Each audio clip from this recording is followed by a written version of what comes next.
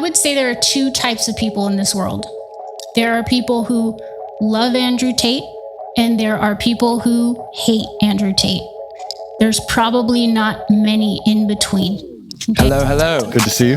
You never had the life I had, ever. This place is giant. Yeah, I can give you a quick tour. I can't show you a lot of it. A lot of it's like off limits, but I can show you some of it. G, come bite them.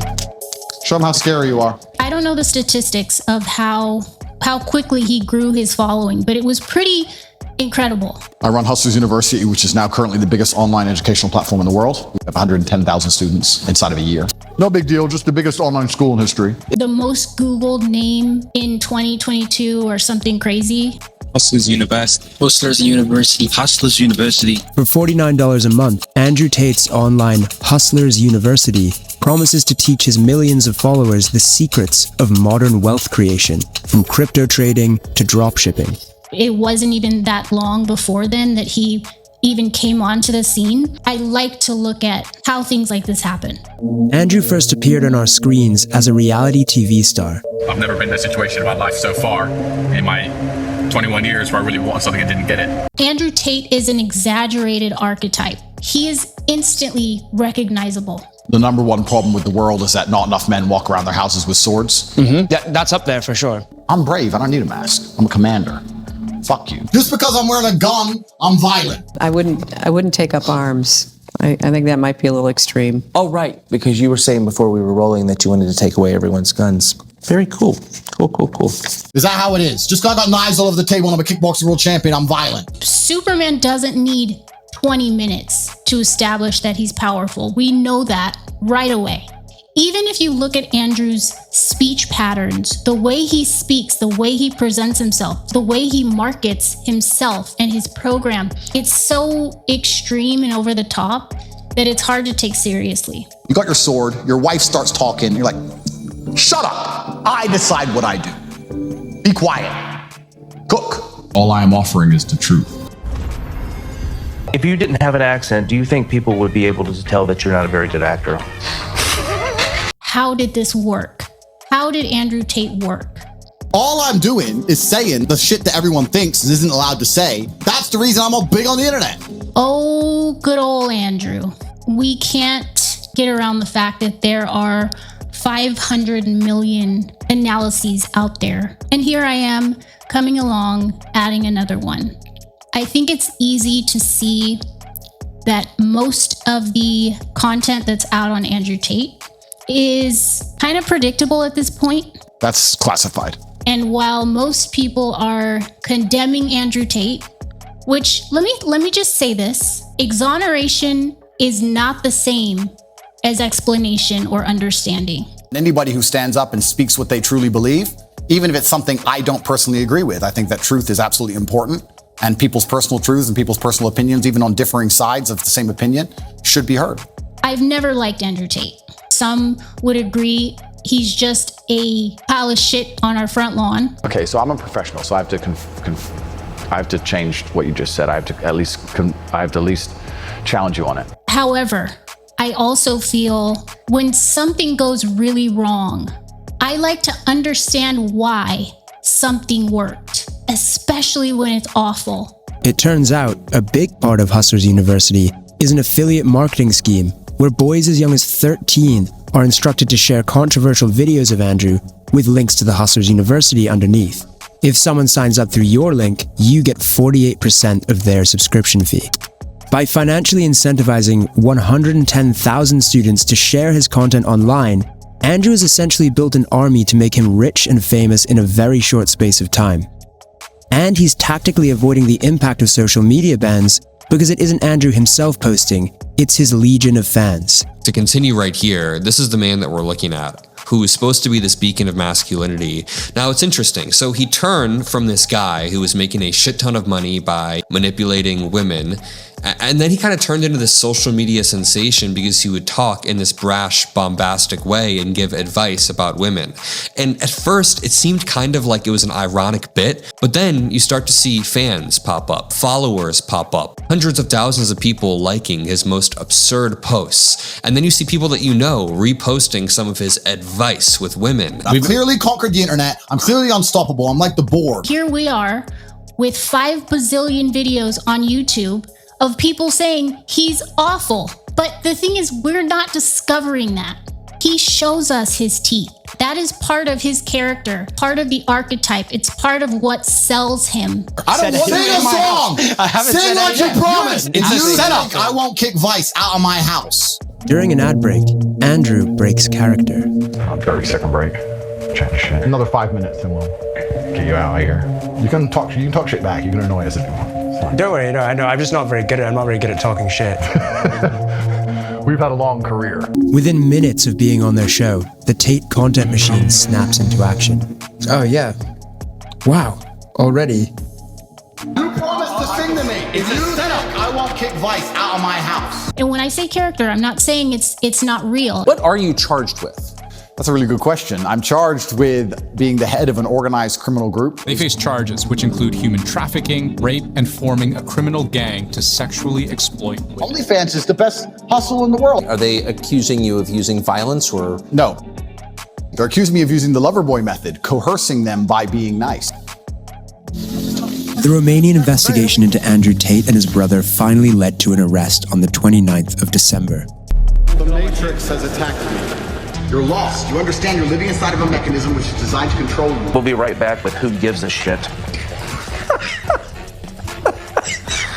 He moves to Dubai, converts to Islam, sets up a new bank entirely owned by him, and rebrands the Hustlers University as The Real World. In the first month after being deplatformed, he made $11 million and got 250 million views on TikTok alone. Months later, Elon Musk reinstates his Twitter account and he gains 1 million followers in 24 hours. What they gonna say? He has lots of cars and money. All the women love him. He's sexist. Oh no, please don't put that on the internet. Playboy, pimp. I'm happy with those labels so far. His refusal to ask for permission. I think the part that frustrates me is that so often we miss what is not blatantly in front of us. We so easily believe identities. I'm going to use me as an example. If people didn't know anything about me and they heard that I was not a religious person, specifically using the word atheist, as soon as I say that, people size me up to think that I am a certain type of person. That's all it takes in society is hearing a label and they've decided who you are. So if you put me next to someone who is a God-fearing person, well, I'm doing things that God tells me to do. Chances are they're going to get rewarded for that identity versus my identity without anyone needing to know the person. You know, I'm not for everybody. Yeah. Jesus wasn't for everybody. We want things resolved, and we're so opposite when it comes to ourselves. Like, we can spend our entire lives trying to understand ourselves, right? Our entire lives. We continue to learn who we are. You gonna hurt in places you didn't know you could hurt? However, when it comes to people we don't know, cosmically, we know who they are. It takes us 5 minutes to decide who someone is. I don't know what irritates me more. Andrew's pretty insufferable, but he's not a surprise. There's nothing you have to figure out with him. He gives you everything. There's no detectives that need to figure out that Andrew's a dickhead. He presents that. It's part of the whole package. He's not hiding it. The people that scare me are the people who are just as bad as Andrew Tate, but pretend that they're angels and they're nothing but givers. So many people buy the label. And a lot of times we miss predators because they don't wear it on their sleeves. They are dressed in sheep's clothing. And Andrew is one of those people that he's so easy to hate because he wears it on his sleeve. When you're pimping bitches like me, it's a full-time job. I had these guys selling their houses, life savings, loans, all of it to me. Give me it all. Building that following from nearly nothing is something that I think is worthy of examining. The most hardcore of them have traveled here to Romania to join the War Room. The War Room is a fraternity. We're a brotherhood which is designed to inspire the best from our brothers. They have to have the mentality and the pedigree to survive. There's tests, and if you do them, you can stay inside. Andrew Tate. At the top of Andrew's fraternity is a small group of wealthy and powerful men who all stand to gain significantly from the expansion of his empire. This inner circle is not happy that I'm here. At the center of it all was Andrew's right-hand man, Iggy Semmelweis. Here I will share with you my secrets. He's the self-proclaimed greatest hypnotist in the world. You will learn the power of hypnosis. And seemed to have an agenda that expanded beyond the War Room itself into something larger and darker. I've made it into Andrew Tate's War Room, where 100 of his biggest fans have flown in from all across the world, each paying $5,000 to have their manhood tested by the one they refer to as Commander. None of us know what he has in store. I welcome you all to the test. There is a cage fighting event, and every single one of you has been paired against a professional fighter. You will fight in the cage on national television, and it's a real fight. There are two paths you can go down. You can agree to fight, or you can decide that it's not for you. You have 1 hour to think and make a decision. So anyone who fought, you can put your hand up, how the experience was, how it's going to change your life, and if you have anything to say to the people who didn't fight. I don't think I have any word of advice for the people that didn't do it, except that you should have probably. Right now, I have new mountains to climb, and I'd love to get back here a year from now and go to the gym of the guy who beat the shit out of me. The inner circle had put these men through collective hardship and recreated them in Andrew Tate's image. Fighters. Come here, guys, come on to the front. He broke his hand on your head, and you're fine. So you win. But they had also joined a movement that was widely accused of normalizing sexism and rape culture. How does this happen? And I don't think it's as simple as he's awful, his followers are stupid. End of discussion. I think too many people come to this conclusion that's way too easy to land on. If we take a second longer and say, is there maybe something Andrew was giving people that they couldn't find somewhere else? I want to be known as one of the best fathers in the War Room. I can't look at my sons and tell them to suck it up, Buttercup, if I don't say yes to this. Yeah, makes sense.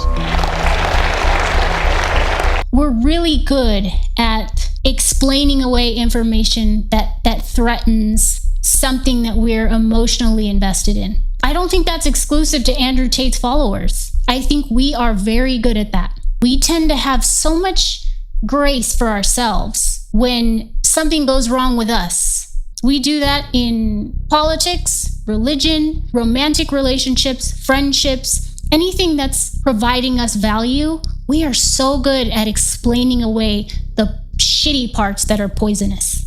You have a boyfriend that beats the shit out of you. Why do you stay? Well, he's a great guy when he's not beating the shit out of me. We're so good at that when it comes to us. There's context behind why we stayed with a horrible partner or why we couldn't stay off drugs or stop drinking alcohol. When we know what it does to our liver, when we know that it makes us gain weight, when we know that it puts us in unsafe situations, but we still drink alcohol. I haven't drank alcohol in over 2 years, but when I did drink alcohol, it allowed me to be the extroverted version of myself. Me being a very overly aware person, alcohol took a couple layers of awareness off. So I wasn't as aware of every little tiny thing in the room, which allowed me to drop some inhibitions and just be more fluid. Why do people drink alcohol? Do we drink it because we want to gain weight? Do we drink it because we want to wreck our liver? No, but we do know it causes those things, right?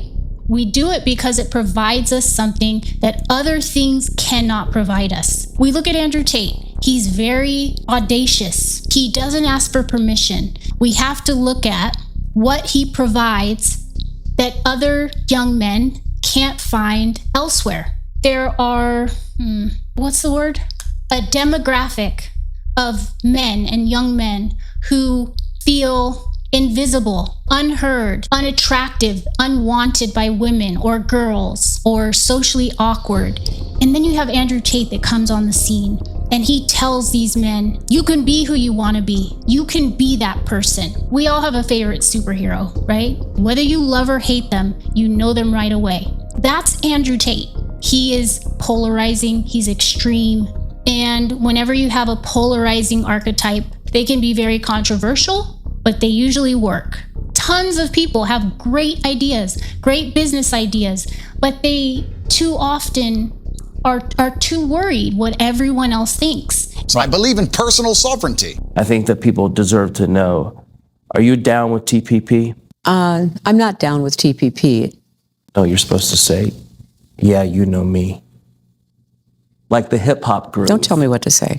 Fine, lose. Nothing is more important to protecting the rights of American citizens, and we cannot let them get shipped off to some damn English gulag because of free speech violations. In my heart, I just don't believe that in his constitution as a man that he could ever participate in something so vile and something so anti-American. Bro, oh my God. This guy is trying to basically manipulate the Trump admin into pardoning the Tates. Let's talk about Trump. Let's. So when you have a young man or a man who feels unheard, unseen, unattractive, Andrew doesn't just tell a struggling young man, you can improve your life, right? There's a ton of people that will say, you got a good head on your shoulders. You can do whatever you want to do.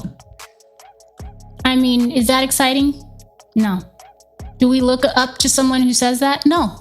But if we have someone like Andrew Tate who says, fuck what everyone thinks, you can achieve this, you can have money, cars, girls, anything you want, you can get it.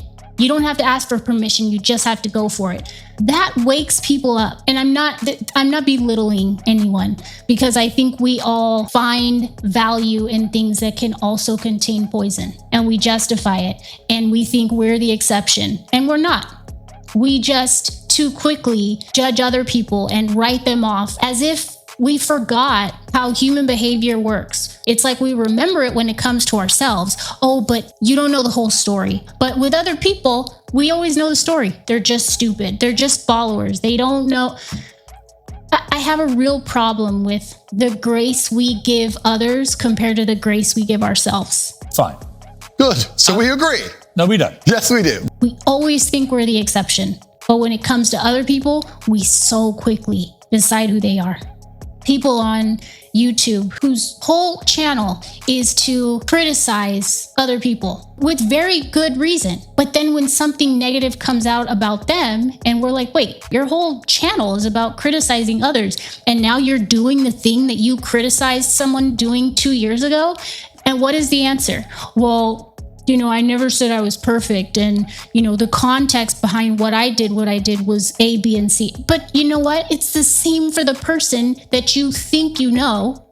You're not the exception. It's just that we tend to think we can size other people up by only what we see. And that's it. It's black and white when it's other people. Stop. But when it's us, there's context. I don't know whether this is a lesson in learning ourselves or learning other people. Maybe both. You see everything that Andrew portrays to have. Do I think he has that all? No. Strength, confidence, women, money, no need to ask for permission. Do you know how many people want that? Either not having it or being ashamed of asking the question inside, how do I get that? Especially men and boys. When there's this idea that they have to be strong all the time, and we don't give many people room except ourselves.